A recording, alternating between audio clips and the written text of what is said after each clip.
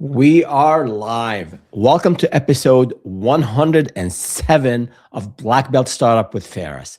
Thank you for tuning in. What's new in the world of entrepreneurship?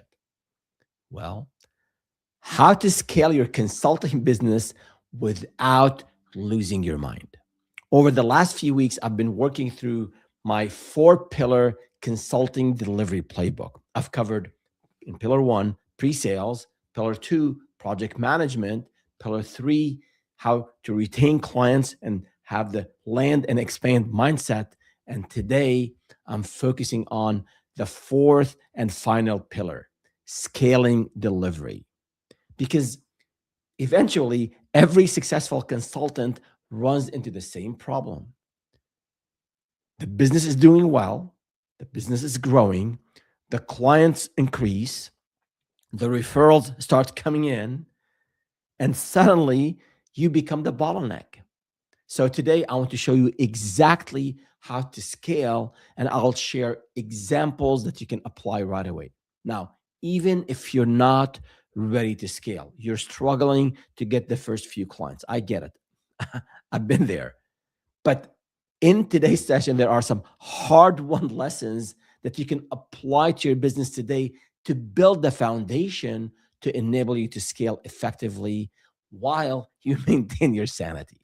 But before we jump in, if you're new to the channel, welcome. My name is Ferris, and I've been around entrepreneurship for over 20 years. I was laid off from a startup here in Silicon Valley. I struggled to find another job. So a co-founder and I started a web design company back in 2003, selling to small businesses. Depleted all my savings, had to learn everything from scratch. I didn't know how to do sales, marketing, any of this stuff. But we worked hard. A lot of people helped us, and we were able to grow that business to 6 figures, 7 figures, and later to 8 figures, and built a couple other businesses along the way. And today, my mission is to help you struggle less and help you overcome the challenges that you are facing, whether in thinking about entrepreneurship the right way, whether about taking the leap at the right time with the right preparedness, or if you've already taken the jump and now you're struggling in marketing, in sales, in hiring, in back office operations, whatever area of the business you have. I have on my YouTube channel at Startup with Ferris, and Ferris is spelled like my first name, Feras. I have a number of playlists covering every aspect of starting a consulting businesses or a services-based business. So I want to hear from you. If you are having any challenges, let me know. You can leave me a comment on LinkedIn or on YouTube or any of the social media channels, on Instagram, on Facebook, on X. I answer all the comments I get. And if it's something very personal, you're not ready to share with the world that you're about to start a business, I get it. I understand. You might have a full-time job and you're still tinkering with this thing called entrepreneurship. You can email me at info@startupwithferris.com. Again, startupwithferris, Feras.com. I read those emails. I reply back to them. I want to help you get to your destination faster with less gray hair. The journey of entrepreneurship is not easy, but my role, my mission is to help you get there, to make it easier. All right, so let's jump in. Let's step on the mat. All right. So first, a quick recap of those first 3 pillars before we talk about scaling. I think it's really important. And I have those live. I'll show you this on the channel in a second.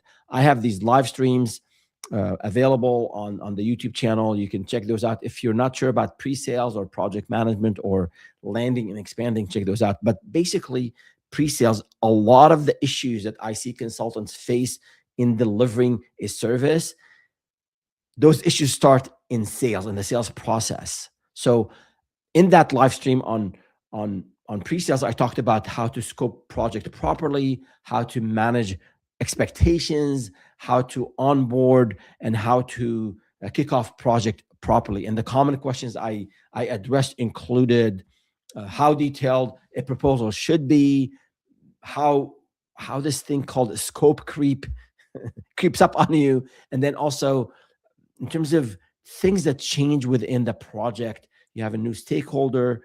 Uh, you on your own. You have someone who was supposed to help you, and now they're not available, or some external factors happen in the industry, or maybe regulation. So I covered all of that in the pre-sales live stream. And I just want to share with you right here. Let me share my screen 1 second. Yeah, here, this is so you have a visual. For those of you who are watching, you'll see it on the screen. For those of you who are listening, uh, I'll walk you through it. Basically, in pre-sales, I talked about scoping, about doing a handoff internally from your sales hat. Take that hat off and then put on the delivery, the project management hat, and then how to onboard clients correctly.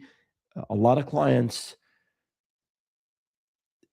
they make a decision on continuing to work with this vendor based on this onboarding experience. So onboarding is really critical. I shared with you templates and worksheets to help you in this pre-sales phase, including how to do proposals right. So that was one of the live streams. The second one was on project management, and I went through the 6 phases of project management, from initiating to planning to execution to monitoring. I added client satisfaction in there as a phase because it's really important. And then talked about closure, and then land and expand. This is how to retain clients, and then how to get more projects and get more referrals out of those clients. So that's what we covered in those previous live streams. And then today we're talking about scaling, systematizing, tech and AI, and delegation. And for those of you who are, again, let me just show you this so you have it. If you go to my channel at Startup with Ferris, you go to the live tab, and you'll see these last right here, how to get repeat business and referrals. This on land and expand. The one prior to that on how to manage project profitably, step by step. Again, every one of those I had. And every one of those I had worksheets, templates, examples, things you can, Google Docs, Google Sheets, you can make a copy of slide decks for you to make it really easy for you to customize them, for you to personalize them and use them right away. And then from closing deals to delivering results, this is about pre-sales. So if you feel that you are struggling in any of these areas, pre-sales, project management, or retaining clients, check out those live streams. They're not short by any means, so take your time, have a notepad and a pen, or have your computer ready to take notes and to apply what I shared. But for today, let's go back to what we want to cover today. It's about scaling. So let's go back to that. All right. So part 1 of scaling is on systematizing.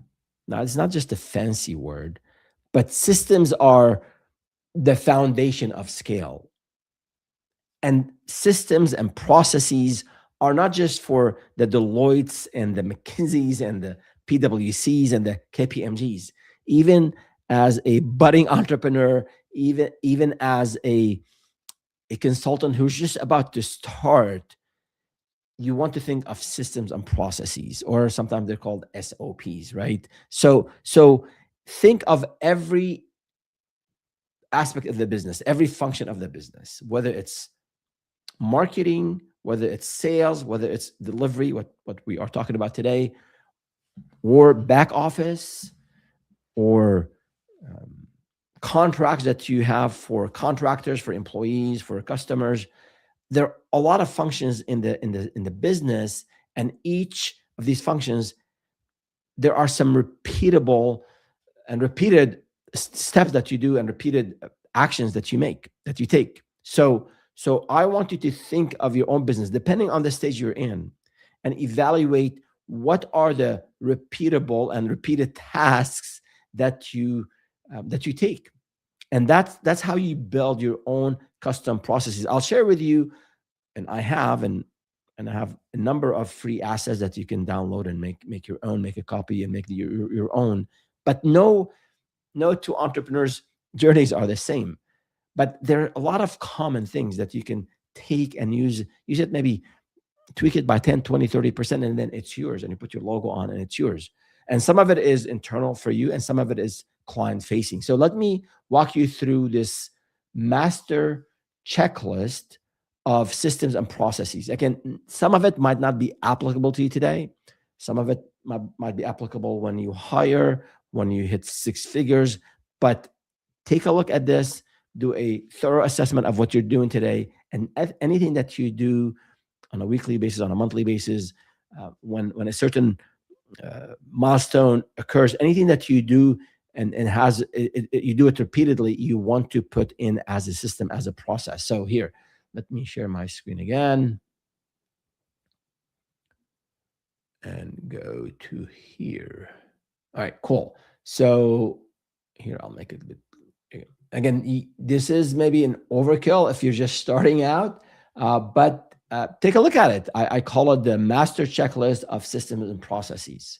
And I'll add the link to this template in the description of the YouTube video. Again, click on this and you should be able to make your own copy. You just have to have a Gmail account when you do this. I think Google requires that for you to make a copy, but it's free. It's accessible to you. So look at marketing. If you have a lead generation strategy, you're going to a networking event every week. And before the networking event, you research the event organizer, you research past attendees, you prepare your pitches, you take your business cards.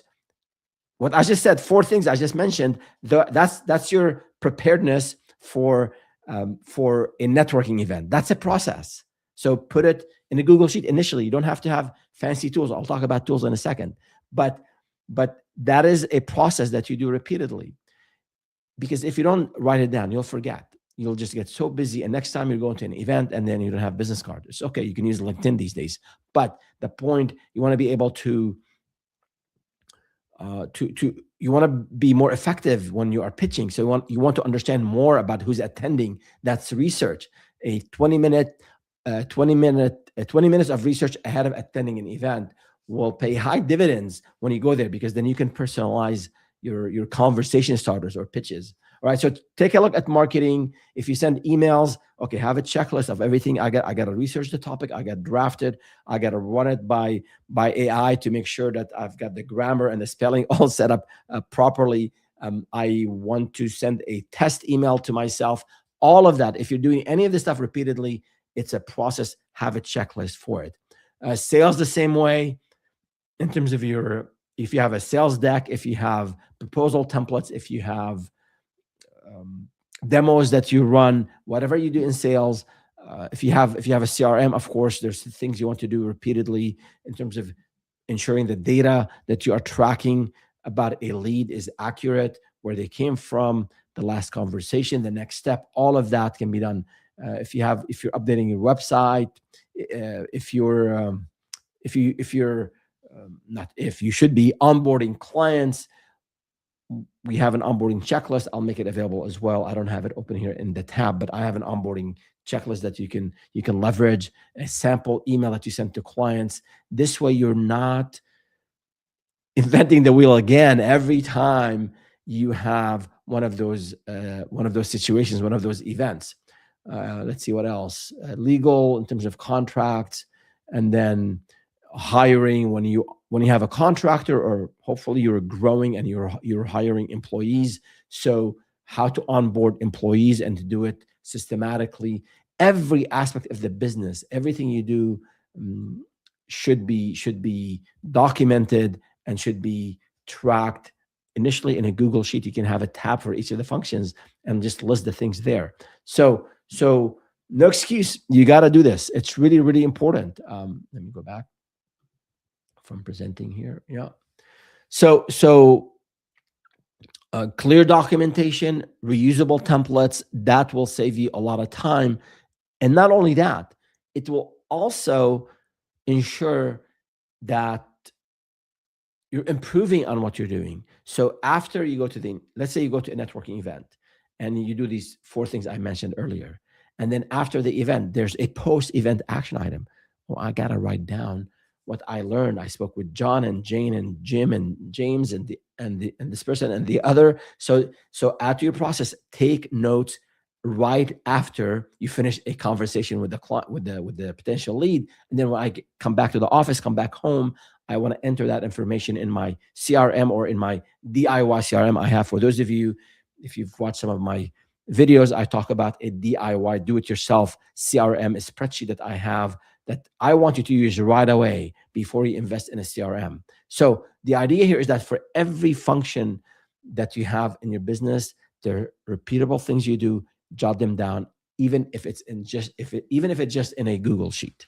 Now, why is it that most consultants keep processes trapped in their heads? I don't know. A lot of us do it because we know we've done it a few times and then it's just there.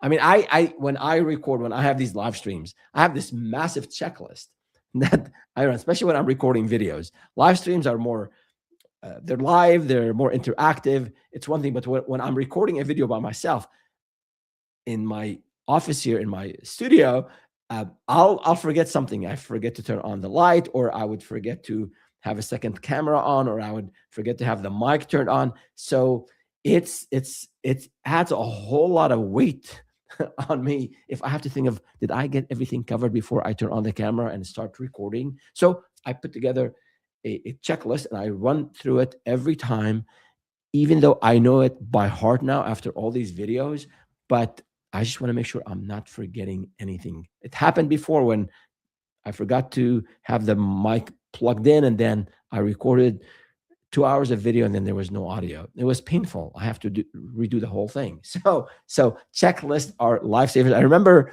reading this short book called The Checklist Manifesto.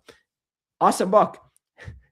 It talks about even in other professions, not just in consulting, in the medical field, how checklists have saved lives in the operation room, because people get into, we're creatures of habits and then we forget things. So make sure that you have a checklist, a list of tasks, subtasks that you for everything that you do.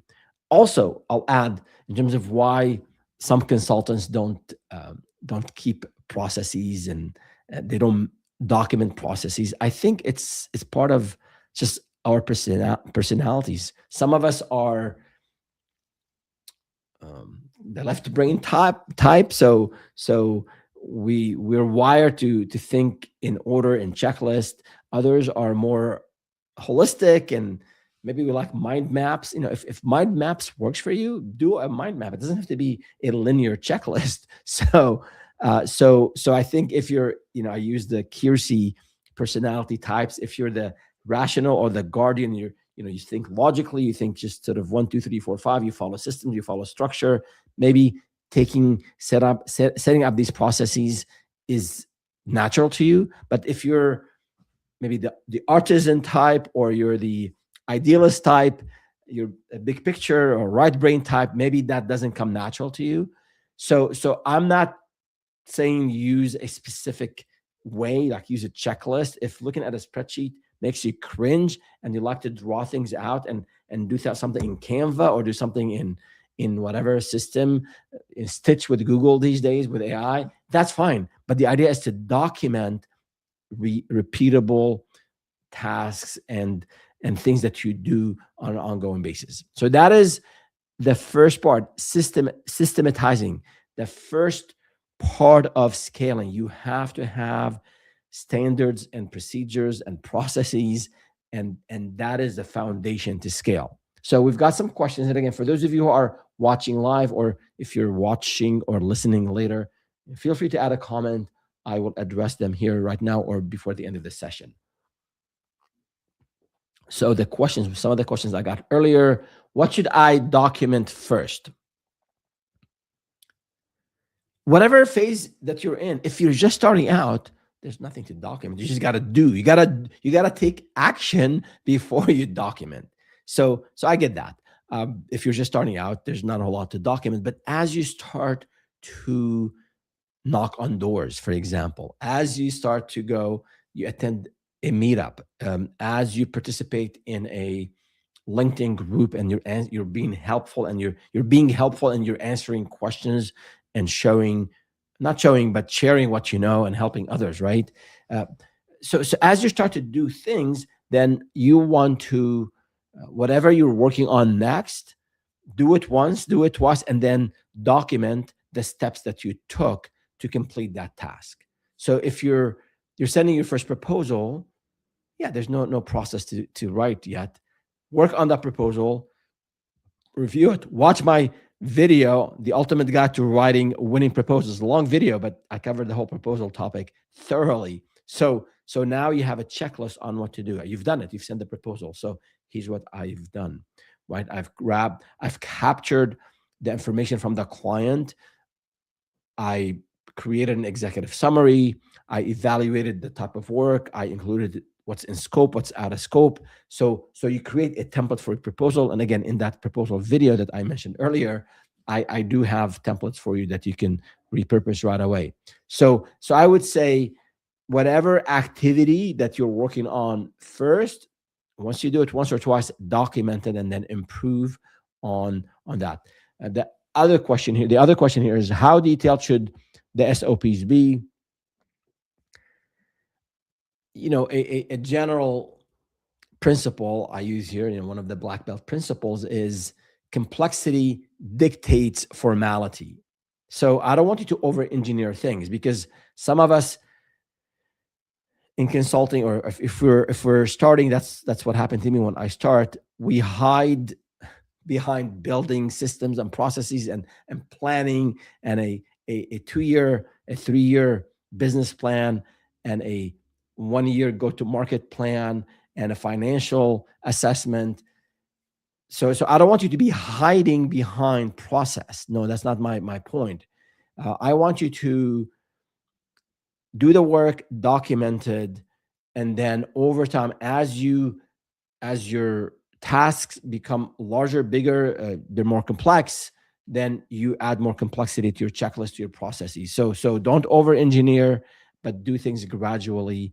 And then especially as you start to hire people, contractors or full-timers, you need these systems so that your team can repeat the excellent work that you're delivering as a consultant. So that's really important. I'll talk about delegation before the end of the session. That's the third sub pillar here. But I really want you to think of building your processes. Keep it simple initially. Don't over engineer it, and then over time, gradually add more complexity to it.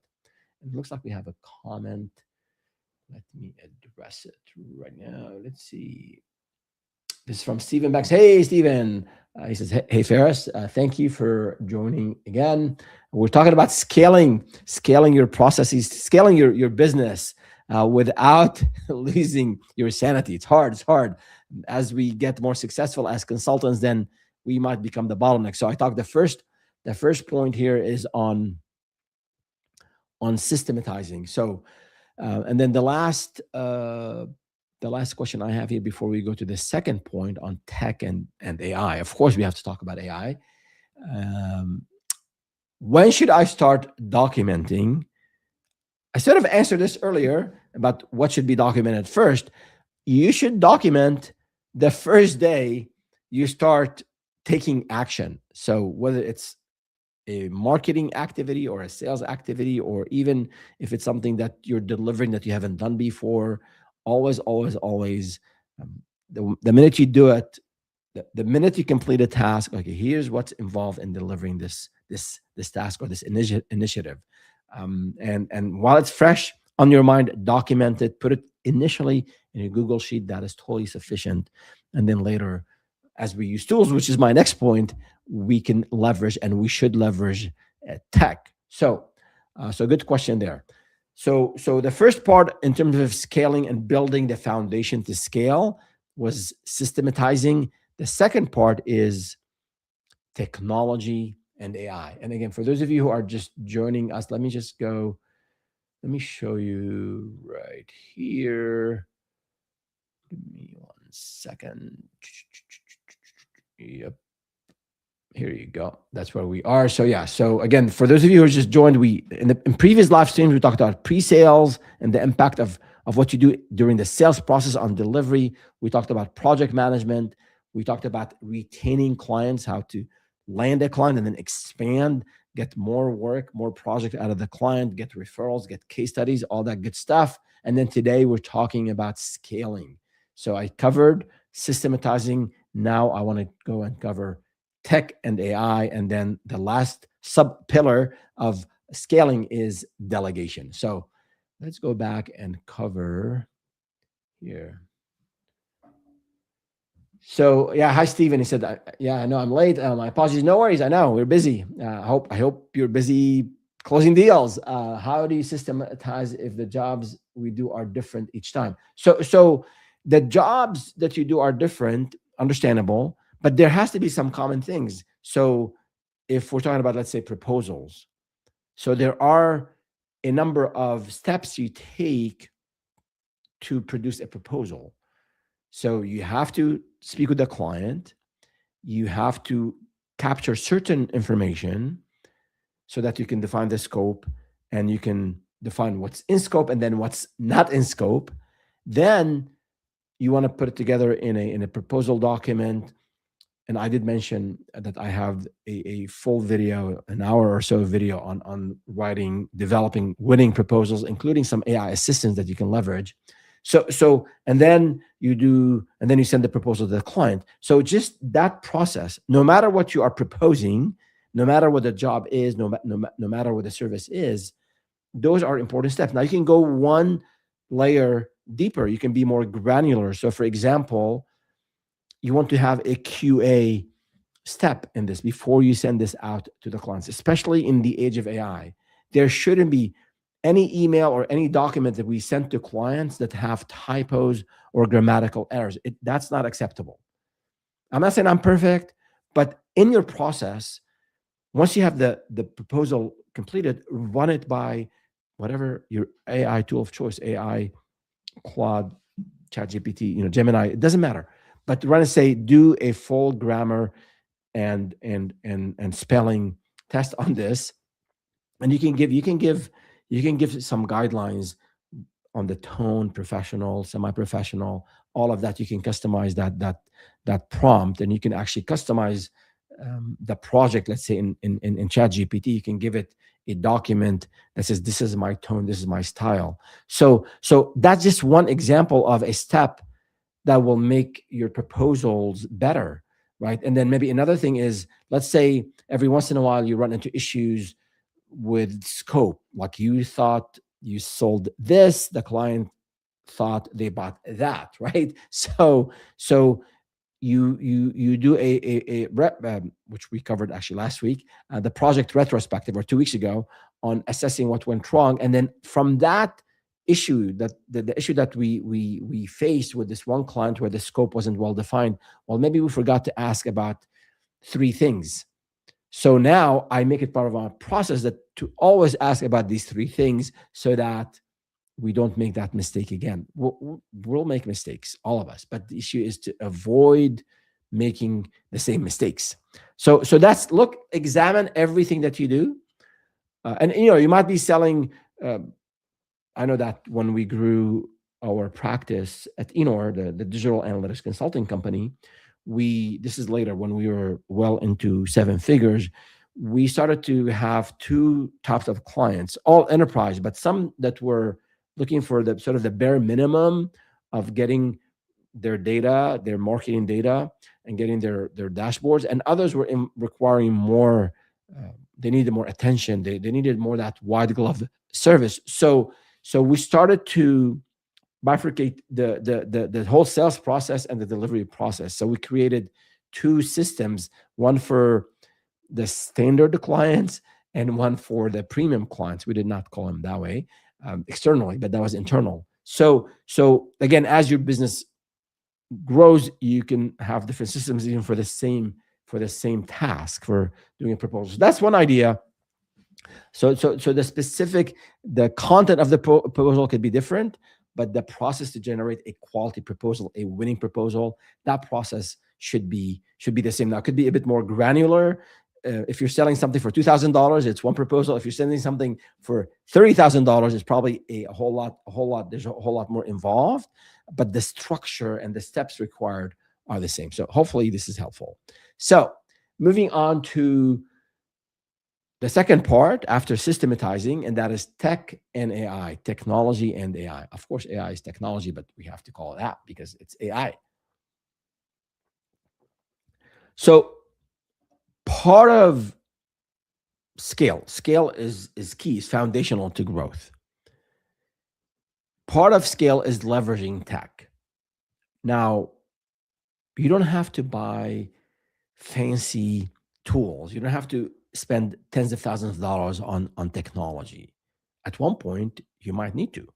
Later, when you're into, if your revenue is close to seven figures, you got to do some major upgrades to your systems.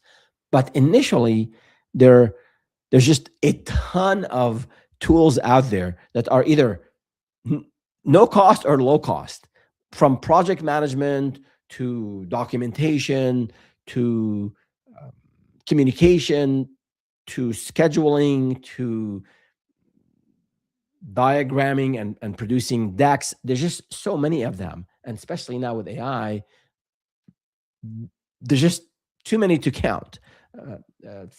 Stephen, yeah, you're welcome. Anytime. Happy that you're here and happy that you asked the question. So look at the tools that you need, right? Project management. Do I need Microsoft Project at this point? Maybe not. Maybe do I need Notion? Notion is great. We use it in one of my businesses at Startup with Ferris, but it requires some setup and someone who's a bit more hands-on. Potentially you could use Asana or ClickUp or Trello or Basecamp. So I've used all of these throughout my journey. So find something, and a lot of them have a free trial or something that you can use. Maybe you don't get all the features, but you can get a limited set of features, but it's no charge. So I'm big on leveraging tech, but I'm not big on spending a lot of money on tech before you need it. When you need to spend money on tech, you gotta do that because it will make your life easier, and then you can be more efficient and then more effective. Communication, obviously, Slack, Teams, Zoom, all that good stuff. In terms of documentation, in terms of centralizing your knowledge, you can, if you use the Google Suite, we use that. Google Docs, Google Slides, Google Worksheets, the folder structure, not the best folder structure, that system that it offers, but the Google Docs and Google Sheet is just so easy to use and easy to collaborate within. So it's my preference all the time. So anyhow, I don't want to list all the tech that's available, but find something, whatever that is taking a lot of time. Can I optimize this? Can I save 10 minutes here and 10 minutes there and 20 minutes there? At the end of the day, can I save 2 hours by leveraging tech? If the answer is yes, then you should definitely leverage tech. I'll give you an example. Meeting intelligence, taking notes after your call with the client. So today it's prevalent. It's everywhere, whether it's Zoom or Gemini within Google, or Microsoft has its own, or Otter, I think it's called. Yeah, Fireflies. There's so many of them. They're very, very inexpensive. Or if again you get the Google Suite, it comes with that, whatever you pay, $12 a month or something like that. So you finish the meeting, you get your action item, you get the summary. Of course, validate that. Of course, review it, but that saves you time. And then take it, tweak it, add to it, and then send it to the client, right? So scheduling meetings. A lot of people now use something like Calendly, or if you're using HubSpot, HubSpot has a built-in calendar as well. That actually, it adds to the record of the lead. So if you're at a stage where you are ready to use a CRM, that's a very, very powerful feature where you are basically getting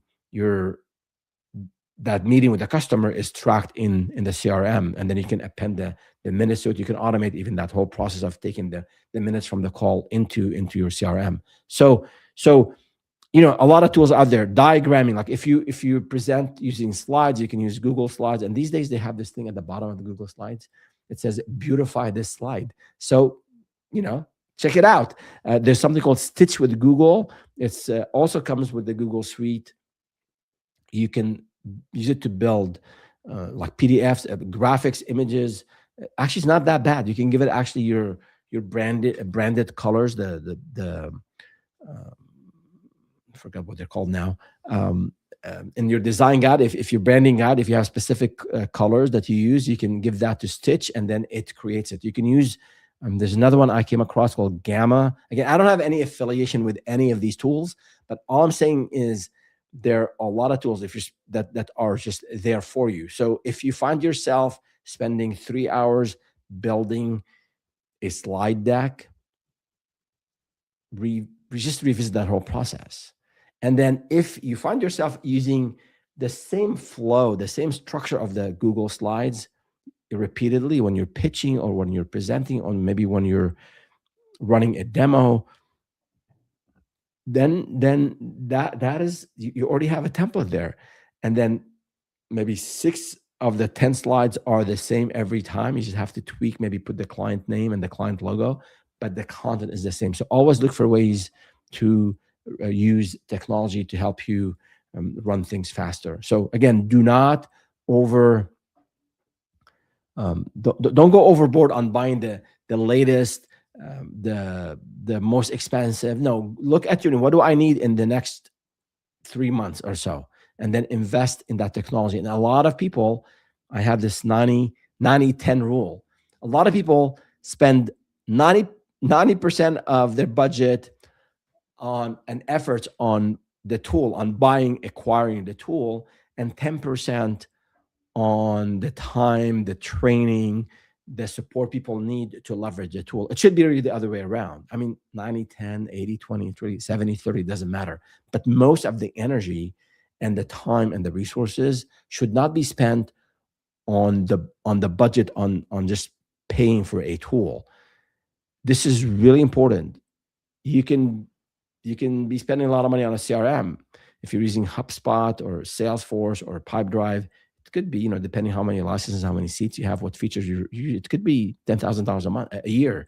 I mean, later, if you have multiple salespeople, it might run into thousands of dollars a month, but that's a good problem to have. But you invest all that money on as a consultant, as a small business, you're spending $1,000 a month on a CRM tool. You got to be spending a lot of time in the tool to make sure it's working properly. It's a very common issue. Big companies, they're notorious for doing this. They spend a whole lot of money on the tool, but they don't put time and effort and energy into educating, training, allowing people to master that tool. So one tool at a time. Don't go out and buy, subscribe to all the tools I mentioned. Examine the things that are taking you long and see what technology you could use to help. And then as your business grows, as you have more people, standardizing on what tools you're using. You don't want to be using one tool and your other team member using another tool, and then when you exchange documents, they don't map properly. So stick with one thing, like common. One guy or gal, they like to use PowerPoint slides, and then another person likes to use Google Slides. And then when you exchange those files right before you go to pitch a client, the formatting is all messed up. So standardize. Even if you're a small team, standardize on one, agree on one tool to use for a specific function. It'll save you time. And the last point here, before we go to the third, before we go to delegation, in terms of AI. So I talked a lot about AI. I have a video on AI in the age of consulting, the age of AI. Studied research. Actually, Eric, my co-founder, I spent a lot of time researching what the big consulting companies are doing when it comes to AI. So just check out that video. I think Deloitte or McKinsey, they're talking about they're spending Deloitte, I think $3 billion investing in AI. They will have one of them will have 20,000 agents along with their consultants. So they're leaning in on AI. They're not moving away from AI. But for a small business, I think you want to think about AI in two different ways. One is AI first, and one what I call AI enhanced. So AI first means you're building AI solutions for clients. You're into AI workflow automation. You're technical and you're building agents for clients, customer support agents, sales agents, you name it, right? So that's AI first. You are building AI solutions for clients. So you could be that. But for the for but and that, this doesn't apply to those of us who are not technical, although you don't have to be as technical these days to build these things, but still. But for the rest of us, most of us, the real opportunity is leveraging AI enhanced. So this is, you're not replacing your expertise, you're amplifying what you're using. So think of ways to what I think it's called now, applied AI. So I mentioned some examples with the meeting notes, right? Meeting intelligence. I mentioned an example of leveraging a tool like Gamma.app to, you prompt it and it'll create your slides. You can use Switch to create you just prompt it and give it some instructions. It'll give you slides or a carousel or a specific, maybe a PDF cover page, all of that you can leverage with AI. So identify the tools, the AI tools that will help you in each of your business function. I mentioned also my custom AI assistant for generating proposals. I did two assistants, one using ChatGPT and one using Google Notebook LM. And again, you can make your own copies. I have the links to all of that in my proposal video. So find, in every area of your business, find the right applied AI to use, both internally as well as in delivering your service. And I remember actually recently, we were looking for someone to help us with the speaking engagements and apply to conferences and whatnot. And one of them told us it'll take them weeks and this and that to develop our pitch and to submit it. And this other person we ended up going with, he actually had the system, and he said about it, he said, I use AI. So he led with AI, and he said, in our discovery session, I'll capture all the information about you, about the topics you want to cover, about the audience you want to address, and then we'll build your pitch together. He had a custom AI that he's built for his business. Basically, you give it like all the sort of scenarios, the questions, the prompts, and then you give it this specific context, and then it answers within that context. So to the extent that you can use AI in your service, do that, because it will make you more efficient. It will make you more effective. You're working with it. You're working with AI. It's not going to replace you. I think, as I don't know who said this, but AI will not replace you. AI will replace the competitor who's using AI will replace you. So I'm not saying you use AI to stop thinking, making good judgment, to not tap into your creative juices. No, I want you, and that's how I use AI. Eric and I, my co-founder, we brainstorm, we think about it, we exhaust our own thinking, and then we run things by AI to just see what else. Did we miss something? Are there other perspectives on things? So again, use it effectively. I think if we rely 100% on AI, we end up not using these muscles and the brain, and then we become dumber. I don't know if science confirms that or not. I think it has, from what I've read, but that's a different discussion altogether. There's impact on society. There's impact on jobs that are directly impacted by AI. There's a societal impact on new graduates. I get all of that. There's obviously national security impacts with AI. I follow that. I read about it. That's a different discussion. We can have over coffee. But from a consulting perspective, I want you to have an edge. I want you to win. I want you to do really well in your business. So leverage AI. Use this AI enhanced approach I mentioned, so that you're doing things efficiently. You're more effective. You are getting results. You're solving problems for your clients in a more efficient way, in a more effective way. So that is on technology and AI. To summarize, identify what's taking you time and it's manual work in your processes, and then find tools to help you alleviate these concerns, or the pain and the manual work. So step number one is systematizing.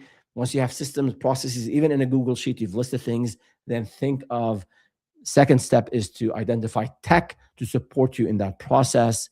And then the third point here on scaling, and that is really key, and that's probably the hardest one for entrepreneurs, harder for others, more than harder for some more than others, is delegation. You cannot scale without learning and eventually mastering the art and the science of delegation. There's more art to it than science, I think. I'll cover both. So I know what's going on through some of you and some of your mind, some of you in your minds. Hey, Ferris, no one can do it as good as I can, as well as I can. It's just so complicated. It's hard to let others know how to do it. I know all the invoicing and all the bills and the cash flow. It's all here. How can I trust a bookkeeper with it?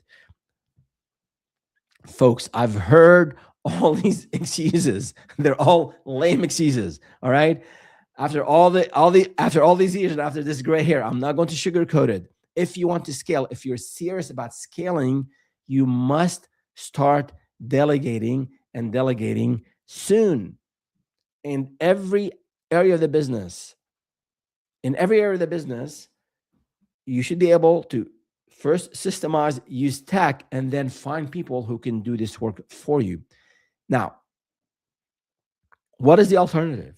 If you don't delegate, I can tell you, you'll burn out, or you just won't scale. You won't reach the potential that your business has, and that's totally okay. And that's what I changed my perspective on this. I used to always think, hey, get into entrepreneurship, grow. It's amazing. It's challenging initially. You'll deplete your savings. It'll be hard, but eventually it'll be very rewarding financially and otherwise. Do it. Now, my perspective is a bit more nuanced. I say, what do you want to do?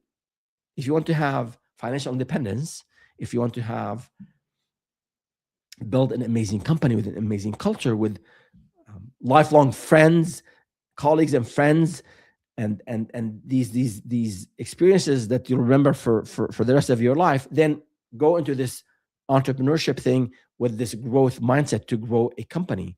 But if you just want to be a solopreneur, you don't want to manage people, you don't want to deal with growth and bigger customers and bigger responsibilities, that's your choice.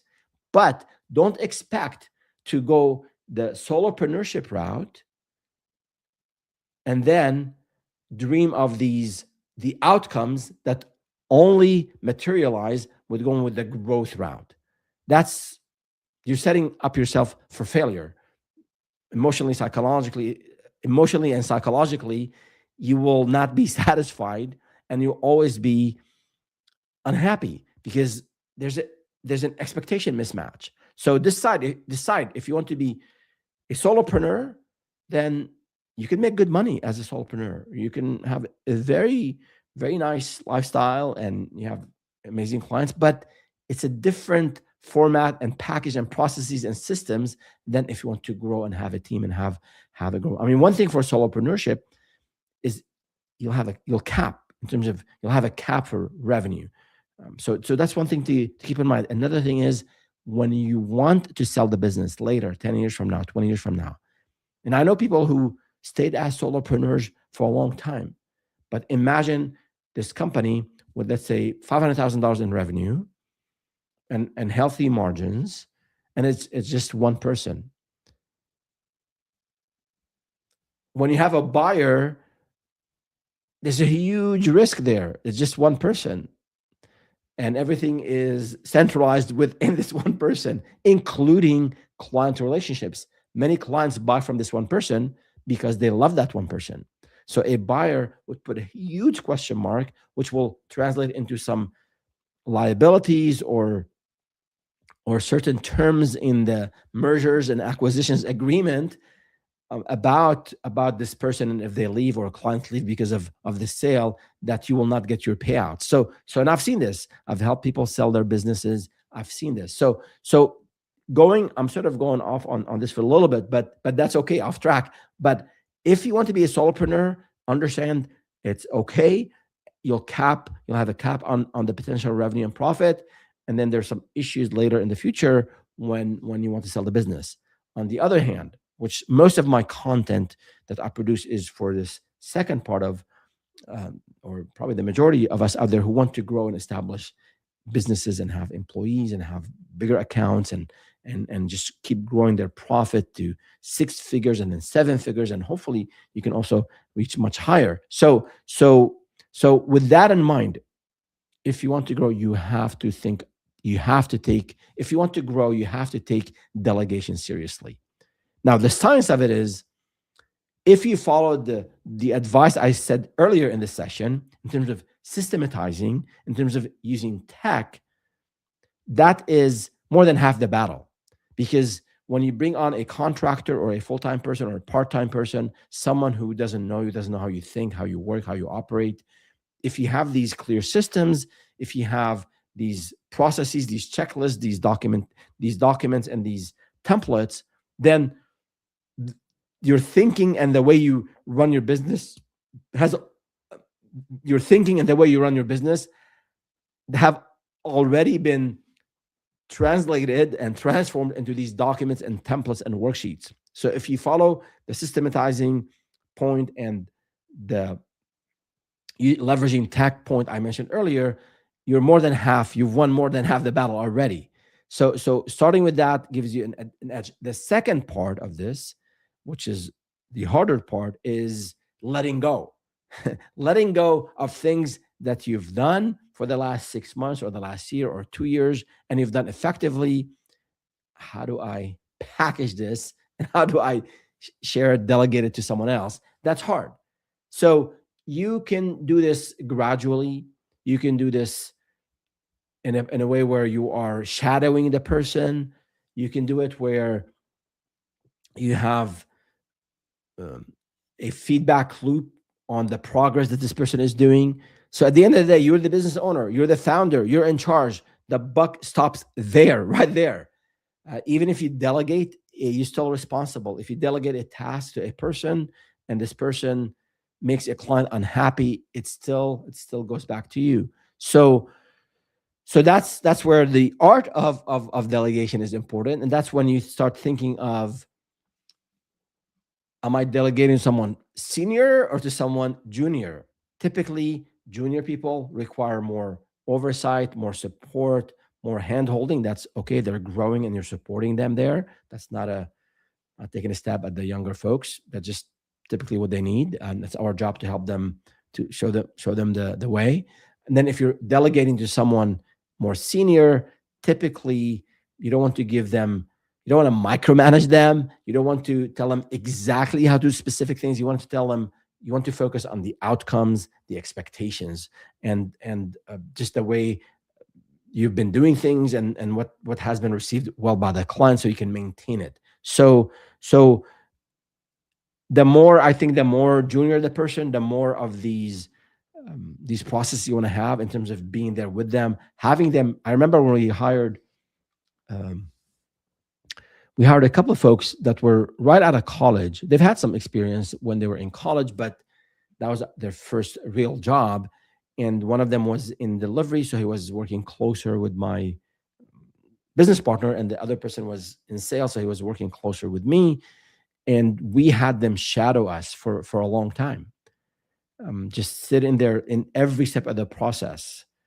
And I would take them with me to client meetings. They would sit in on conference calls with clients. So they lived that experience for several times before they were on their own. And then that was the first phase for them, just to shadow. Well, first was to read, understand, ask questions about our processes. They might have some new ideas to make our processes better. So that was great. But then they were shadowing us, me and my business partner, for a couple of weeks or so. And then we didn't just tell them, hey, you're on your own. It was tempting. No, the next phase was for us to be there where they were leading and we were supporting, and we would plan out the call with the clients. Like, okay, so Mr. Intern or Mr. Junior guy or Mrs. Junior gal, you covered this part of the call. I'll cover this, and then I'll be there for you and stand by that on questions that I can answer. I've done it for a while now, and I can sort of answer things without a whole lot of preparation because I've done it 1,000 times. So phase one was we were doing everything, me and my co-founder, and the new folks were shadowing us.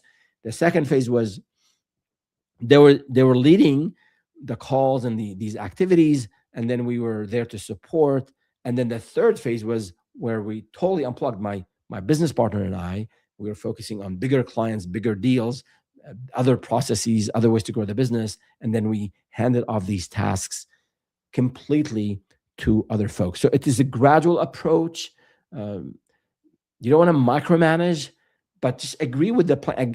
Put that delegation plan in writing for you, whatever works for you. Some of us are more detail oriented, some of us are not, and get the buy-in on that plan with your person that you're delegating to, and then implement. So it takes a bit of time. It takes a bit of an investment. Be patient.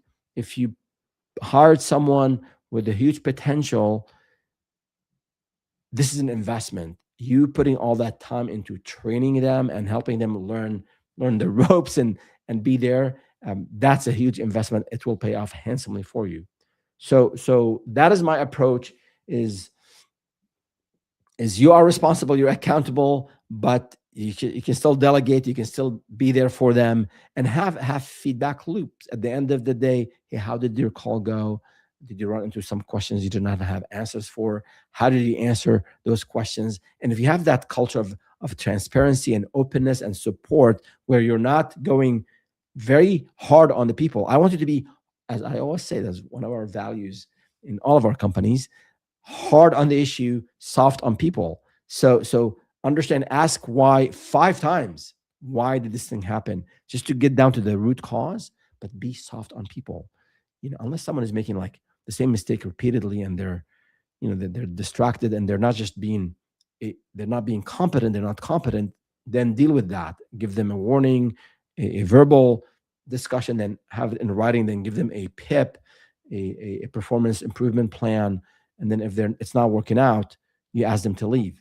I mean, do all these steps before you ask someone to leave. That's just the proper way to do it. We're not a charity at the end of the day. It's a business.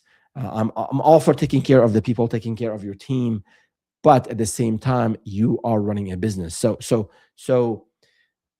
if you haven't done this before, it's hard to delegate things to people. You can start with small things, smaller tasks, low impact tasks, and then over time, these folks can learn, they can see you in action.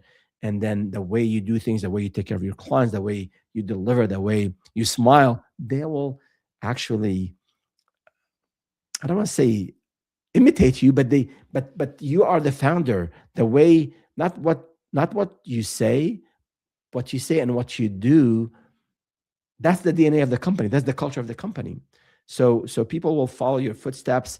They will model the behavior that you want, and then people follow accordingly. And then they'll improve it, they'll make it better. So that is what I recommend in terms of delegation, especially for those who haven't done it before. Start with smaller tasks, low impact tasks. Have a loop, a feedback loop, provide support, and then gradually delegate bigger tasks and bigger impact tasks, and you'll be then focused on other things to grow the business, to go after bigger clients, to take some time, unplug for half a day if you need to, and go attend your son's soccer game. Whatever it is, delegation will be handy, will help you scale. So that is the third point under scaling. I have a couple of questions, and then I want to show you one thing actually in terms of delegation, a tool that will help you. But let me answer the questions.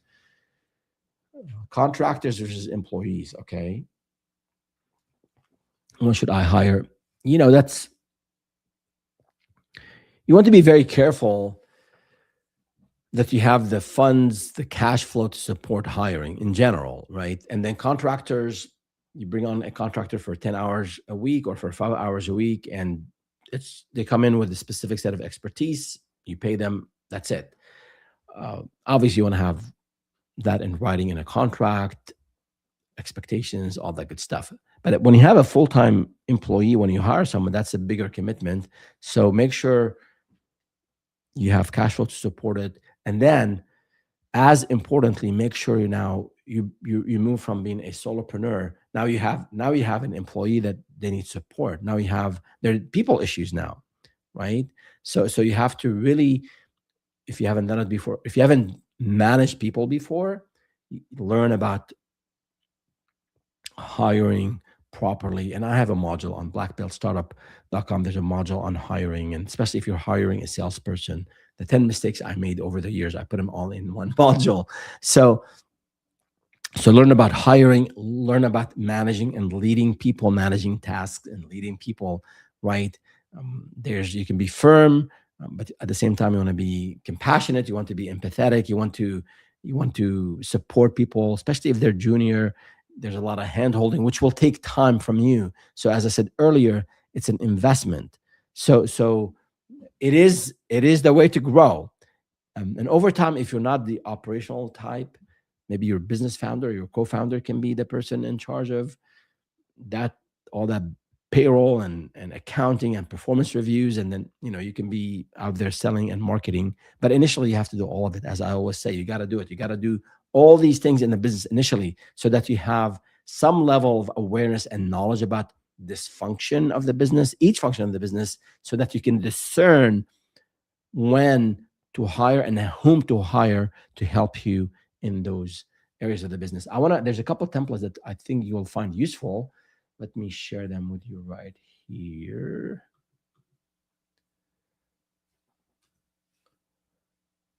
So, I forgot to mention this. In terms of tech, I have this article. Again, I'll put all these links in the description, in the YouTube video description. The essential software for consultants: how to elevate your workflow with these tools. It's a long list of tools, key features, pros and cons, all that good stuff. The only thing is with pricing, the pricing information is as of the date when we published this article, which was a few months ago. So always check with the latest pricing on the vendor's website. But check out this article. It's called Essential Software for Consultants: Elevate Your Workflow with These Tools. And then this is, in terms of delegation, I believe I covered this in a recent live stream, but let me spend a minute on this. And then for those of you who are listening, not watching, I'll walk you through it. So basically, I have this spreadsheet called the Founder Focus Optimizer. Okay, I don't know, I couldn't come up with a better name. Founder Focus Optimizer, FFO. All right. So, and this is a family-friendly channel. So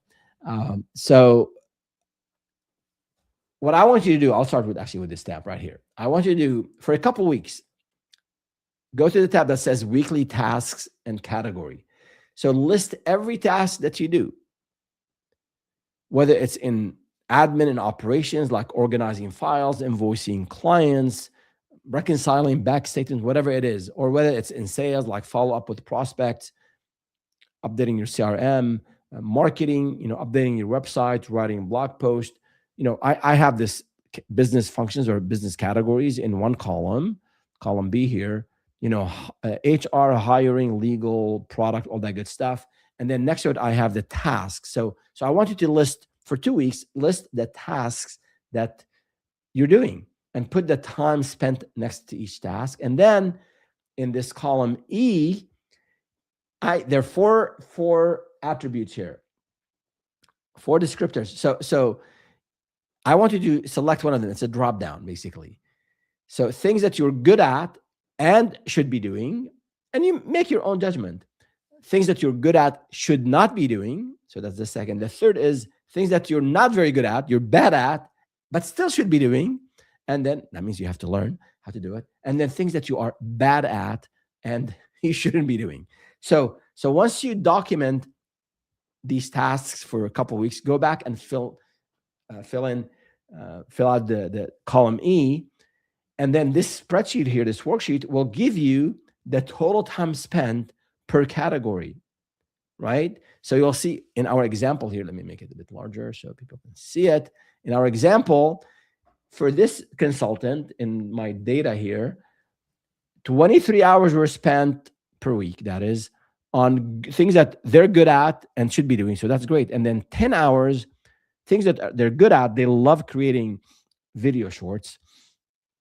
So, for example, but they shouldn't be doing, they can outsource this. And then things that are they're bad at and should be doing, that's 12 hours. And then things that are they're bad at and should not be doing, that's 8 hours. So, based on this categorization, you can develop your plan to free up some time and to delegate. So, you go to the third tab here. Sorry, one second. I'm in the fourth tab. Yeah. You go to this fourth tab, and then you have this. I'll walk you through an example. Basically, things you're good at and should not be doing. So the action here is that you delegate or outsource these tasks. So if you're great at editing videos, but it eats up hours, hire someone to do it for you. Okay. If you love making slide decks, you can again use AI or have an intern do this for you. Now that's the category, the things you love, things you're good at, but shouldn't be doing, because time, no matter how hard you work, and I'm a big proponent of people working really hard, but you can put that time in better use, for better use. Now, things that you're not good at and shouldn't be doing. So these you have to eliminate, you have to automate, you have to delegate immediately. So bookkeeping, you're sending invoices, you're going into QuickBooks and doing the right categorization. You're not sure how your general ledger is. It's a huge mess. You will pay handsomely for this in a bad way, not a good way. When it's tax season, your books are a mess, and then your taxes will be a mess, and then you'll be spending a week trying to clean up the data. So find a bookkeeper to take care of this. Not maybe right day one or week one or month one. As soon as you have contractors and clients and you're sending invoices, you need a bookkeeper. Same thing with graphic design. So these things will drain you, and they're just not worth the learning curve. Now, this is the important thing. Things that you're not good at but should be doing. If you struggle with sales, if you struggle with networking, and if you struggle with reaching out to people, my friend, there's no escape. I want you, as you always know, if you follow the channel, you follow me, there's no escape from that one. You have to learn marketing. You have to learn sales initially. Later, once you are profitable, once you've figured out sales and marketing on your own, then you can hire for that. But initially, you can't outsource something that you don't know anything about. You won't be able to pick the right person to outsource to. You won't be able to train this person or educate this person or share with this person what works well and what doesn't work well with leads. You don't know what resonates with clients. So outsourcing sales right away is a big mistake. It'll be very costly. It cost me a lot of money initially. So do not repeat that mistake. So that is on delegation. There's one more thing I want to share with you before we wrap up here. Let me go back. There's another sheet. Again, I'll have all these links in the description of the file. And this is called finding a player. So when you are about to hire, so hiring a contractor, an intern, a part-timer, that's one thing. When you're about to invest in a full-time person, you really want to be careful and selective, and you want to be thorough before your first hire, or maybe your first few hires. That is after your business partner, choosing a business partner, if that's the path you've taken. After choosing a business partner,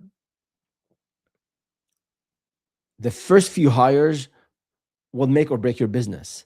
And I want you to look for A players. And this different live stream, maybe we'll cover it in a few weeks. But for now, check out this resource on how to identify, how to assess the top 1%, the A players that you want to bring on your team.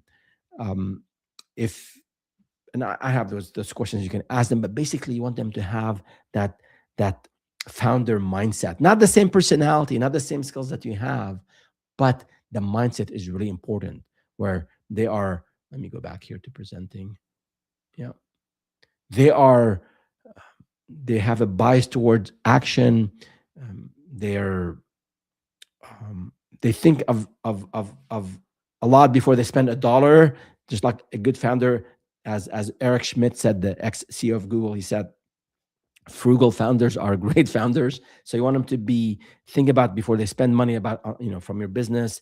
They want to think about it carefully, and also they're listening attentively to the front line, to clients and leads, and they have that sense of curiosity, and if they fail, they make a mistake, they can recover quickly from that. So those are the things you want to look for. Again, it's a trade-off. You're not going to have a perfect fit, a perfect hire for you, but from a delegation, this is related to delegation because you have to delegate to someone. And if you're looking to hire, the first few hires are critical to the business. I always say choosing your business co-founder is the most consequential decision you make in business. And right after that, whether you have a co-founder or not, especially if you don't have a co-founder, hiring the first few employees and choosing the right people to be with you on this journey is definitely a super consequential decision. So be careful with that. So that's what we covered today. How to scale effectively. So systematizing, leveraging tech and AI, and then mastering the science and the art of delegation. So let me know if we have a few more minutes here before I wrap it up. If you have any questions, any comments, let me know. If you're listening to this or watching this later, leave me a comment. I'm here. My mission is to help you succeed, help you get your destination, to achieve your goals of financial independence, of growing a business, of creating an amazing culture, of having these lifelong friendships with the people who built that business with you. I'm here to support you get there faster, with less less gray hair, and to get there. Not it's not an easy journey, as I always say, but I will make it easier for you. That's the mission here. So with that, see you next time. Go out and make the biggest sale. Just go out and knock on doors. And if you're struggling with delivery, watch these live streams that I've covered for the last 3-4 weeks. It's all about helping you make those clients happy, helping you establish your reputation as a consultant who delivers, and then referrals will come through. Case studies will be there.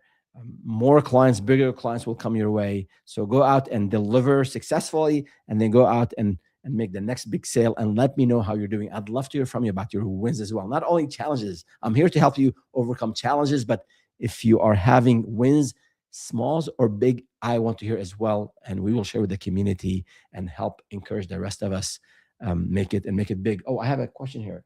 So Stephen, yes, if you are a solo consultant, do you choose a co-founder or independent contractor first? Stephen, I mean, those are two different questions. Choosing a contractor is a very contained decision. You go on Upwork, you find someone to help you deliver something for a client or do something for you, like build a website or whatever. That's a very contained task, right? Or even if the independent contractor is there for you to help you support your delivery, or maybe in sales, that's one thing. With the contractor, you give them a notice that, hey, I don't have a need for your services. They're used to that setup. When you hire someone as a full-time employee, that's a different setting. If you bring a co-founder, that's a different setting altogether. So with a co-founder, now you're talking about who's doing what. Now you're talking about who owns how much. Is it 50-50? Is it 80-20? Now we're talking about contributing to the business, not just time and effort, but also financially. So it's a much bigger decision to bring on a co-founder. So I would say it's more about, you can use independent contractors. You can hire people to help you deliver the services. I think that's just part of, if you're planning on growing beyond solopreneurship, that's something you can take. But if you, and I believe I do have a series of live streams on selecting a co-founder. So I'll include the links to those. So I'll give you a quick answer, but I think that's a very important topic. And choosing a co-founder is like almost like choosing a life partner. See, we spend most of our waking hours at work. I mean, that's just the reality. So if you can't have a nice dinner, enjoy a nice conversation with this person, make sure don't choose them as a co-founder. So do they have complementary skills? You're a big picture type of guy, and they're very detail oriented. You're good at sales, they're good at delivery. Personality, um, different personality actually is a positive thing. You want to argue about things. You want to have that positive, good friction. Not shouldn't say maybe friction, but you want to have that banter every once in a while, so that you can come to a better decision. So look for competent, to summarize, when you're looking for a co-founder, look for a competent, sorry, when you're looking for a co-founder, look for complementary skills, look for shared values, honesty, reliability, work ethic. These are important. And also agree on the important things, how decisions are made, how the equity is split, all of that. So the legal aspect of it, and documenting that, you need a lawyer. And really, are you the type of person that needs to bounce off ideas with others, that needs some support? We all need a shoulder sometimes to cry on, So there's that aspect of it when you have a co-founder, but at the same time, you're letting go of some equity. Decision making now is not just you. Your business partner has to be part of it. There potential for conflict. So there's all these pros and cons. I would say look into it. If you think you can grow, a lot of companies, I mean, you've seen success both ways. Michael Dell, you look at Google co-founders, right? You look at Airbnb co-founders, DoorDash, and especially in tech, and their preference for a lot of investors to have multiple co-founders. But there are successes where it's just one founder. But I'm in all of my businesses, all of my ventures, I've always had co-founders, and it's been a very rewarding experience for me throughout. So these are my 2 cents on this. I'll add a link to a live stream I did on finding the right co-founders. And then Stephen, okay, the last question here I have. So what should be the first step to scale up? What should be the first step to scale up as it relates to human resource? I think Stephen, go through that founder focus optimizer, that spreadsheet. Again, I'll include the link in just right after this call, and just go through that exercise. Like, where are you spending your time today? Some things it has to be you. A lot of things will have to be you. But if there are things that you can package, again, systemize, find the right tech for it, and then you can package and have someone else do it for you, I think that's a very good start. And you can start with part-time, with independent contractors, a few hours a week. They take care of this task, right? So now, once you've packaged these tasks and you delegate them to someone else, it's going to cost you a penny, and it's going to cost you a little bit of money. That's okay. But and make sure, again, you support them, you monitor their performance, you're there for them. Once they're very good at it, it might take you a few weeks. Then let's say it was a set of tasks that took you 10 hours a week, right? So now you've packaged and outsourced or delegated those 10 hours to someone else. So let's say you still need to spend an hour or two maybe to monitor and support this person, but now you've freed up 8 hours. So those 8 hours can be more billable hours, so you can do more work at your rate as a consultant, or you could be doing more marketing activities, or you've been working really, really hard. You can take half an afternoon off and go spend time with the family, go golfing, whatever you do. For me, I'll just go and do more Aikido. I'll go on the mat. So yeah, I would say, look at the things you're doing today and use that founder focus optimizer. Identify the areas that you can package and delegate, and then from there you get used to it. You get to delegation, and now you have more bandwidth to do more things, and then you can maybe turn this person into 20 hours a week instead of 10 hours a week, eventually full time. And now you have you have more bandwidth to grow the business. All right. I hope this is helpful. Let me know if not. And happy to get more questions after the live stream. Just leave me a comment or email me at info@startupwithferris.com and I will get back to you. See you next time.